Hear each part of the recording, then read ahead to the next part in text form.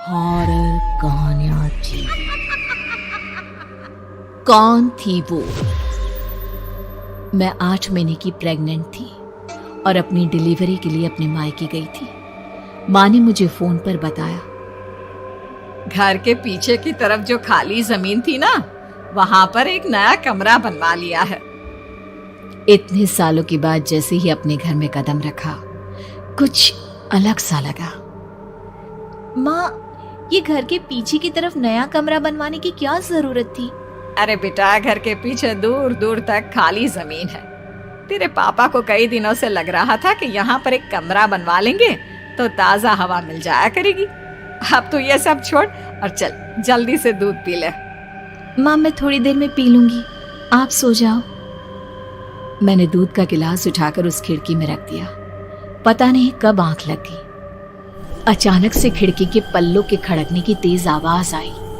दूध का गिलास धड़ाम से जमीन पर आ गिरा। जमीन पर गिरते ही दूध का रंग लाल हो चुका था। मैंने खिड़की से झांक कर बाहर देखा। चारों तरफ धुप अंधेरा था। उस अंधेरे की तरफ से कुछ आवाजें आ रही थी, जैसे छोटे बच्चे आपस में खिलखिलाकर मस्ती कर रहे हो।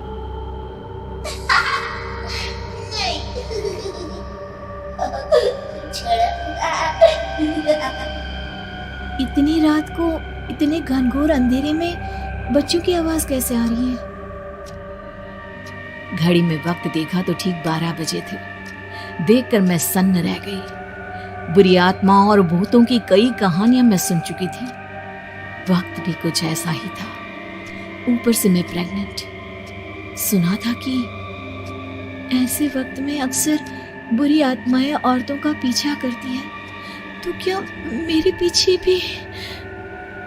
पसीने से तरबतर बड़ी मुश्किल से, जैसे कांपते हाथों से मैंने उस खिड़की को बंद किया। जल्दी से जल्दी उस कमरे से बाहर निकलकर माँ के पास जाने के बारे में सोचा, लेकिन जैसे ही दरवाजे की तरफ पलटी, लगा कोई साया हवा की स्पीड से दरवाजे के सामने से गुजर गई।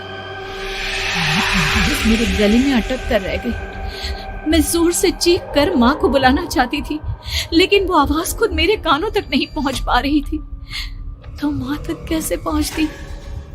खिड़की के पल्ले एक बार फिर तेज हवा के झोंके से धड़ाम करके खुल गया और पूरी ताकत से मैं चीख पड़ी। जानती थी मेरी चीख की आवाज सुनकर कुछ ही सेकंड में माँ वहां पहुंच जाएगी, लेकिन ऐसा कुछ हुआ ही नहीं। मेरा कलेजा डर के मारे फटा जा रहा था। आखिर माँ ने मेरी आवाज क्यों नहीं सुनी? इतनी गहरी नींद में तो माँ कभी नहीं सोती। ठीक पीछे खुली हुई वो खिड़की। मुझ में इतनी ताकत नहीं बची थी कि मैं पलटकर उस तरफ देख भी सकूं। हवा का एक सनसनाता हुआ झोंका उसी वक्त मेरे कानों से आकर टकराया। लगा जैसे किसी ने दबी हुई आवाज में धीरे से मुझसे कहा, चले जाओ यहाँ से। मैंने दोनों हाथ अपने कानों पर रख लिए और एक बार फिर ताकत लगाकर जोर से चीखने की कोशिश की।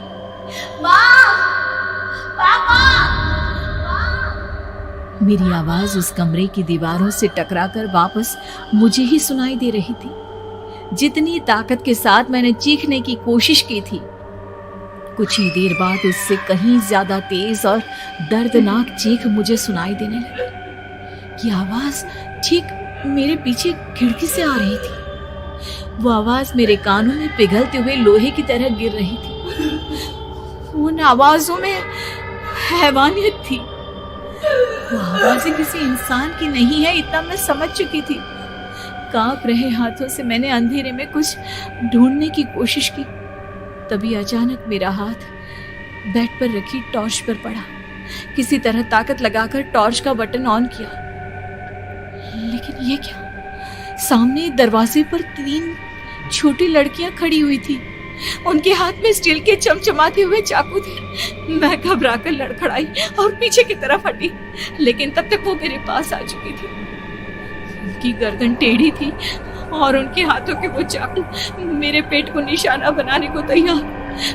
मैं जोर से चीखी, नहीं, छोड़ दो मेरे बच्चे को, मत मारो, मत मारो, छोड़ दो मेरे बच्चे को। सोनाली, क्या हुआ बेटा? तू इतनी डरी हुई क्यों है? उठ बेटा, क्या हुआ?